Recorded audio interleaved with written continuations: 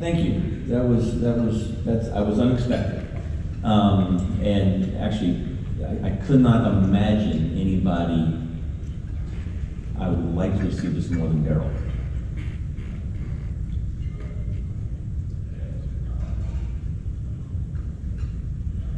But anyway, past.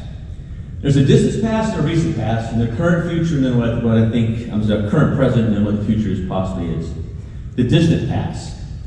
I've also had a discussion with people about the size of the convention and what it used to be like, and I've been coming to these things since 1975. Eddie and I were talking about this the other day. I think he started even earlier in the 70s than I did because his father was in the industry, and clearly I'm a junior. Actually, there is no senior. He's just Karl Watson.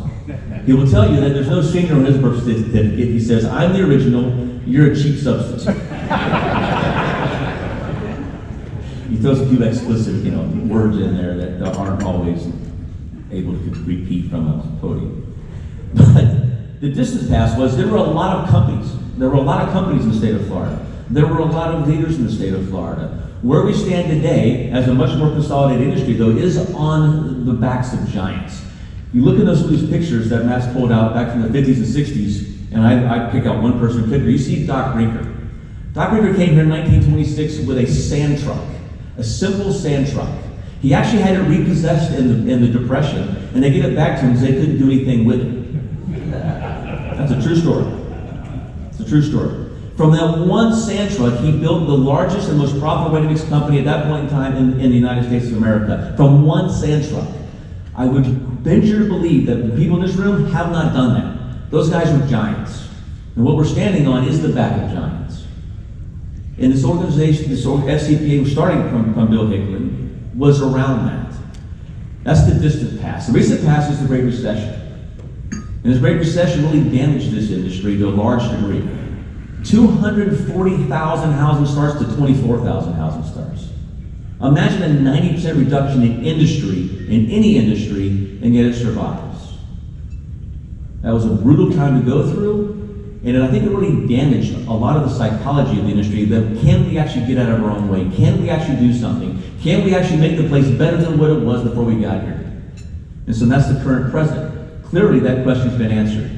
It is. The FC&PA is coming back. Florida's coming back. There's now a surplus. There's not a deficit. We're actually being able to hire more people because we actually have the money, the funds, and the due structure that is uncapped, thanks to somebody, that actually allows that to actually happen. But that's just the present. So what does the future actually look like in this consolidated industry? And I want the people who actually are heavily involved in the regions to stand up. Region chairman, region participants. Yeah, not the chairman, participants. I want to read something to you, and I think this is kind of important. No, stand up. No, you stay stand up. Don't you sit down. Who's ever heard of Vaclav Smil? Yeah, me neither. I never heard of it before either. But I do follow Bill Gates on Twitter, and Bill Gates is a prodigious reader. Suppose he reads like 2 or 3 books a week. And so when he says it's my favorite author, you kind of go, goodness gracious, somebody who reads a couple hundred books, 100 books a year, his favorite author, I'm going to wonder who this is. And his name's Vaclav Smil. He writes stuff on major economic movements that are globally. Food, resources, energy. And he actually wrote one on Making the Modern World, a History of Moving Materials. And Vaclav Smil is a professor at the University of Toronto. But as Bill Gates' favorite author, the richest man in the world, who's doing more to alleviate, he's doing more from a philanthropical standpoint than anybody else. So when he says this, and he summarizes what Vaclav says about our product. And so this is Bill Gates' summary. The most important man-made material in the world is concrete, both in terms of the amount we produce each year and the total mass we've laid down. Concrete is the foundation, literally, of the massive expansion of urban areas in the past several decades, which has been the biggest factor in cutting the rate of extreme poverty in half since 1999. So what we do, as Daryl said, we make things better.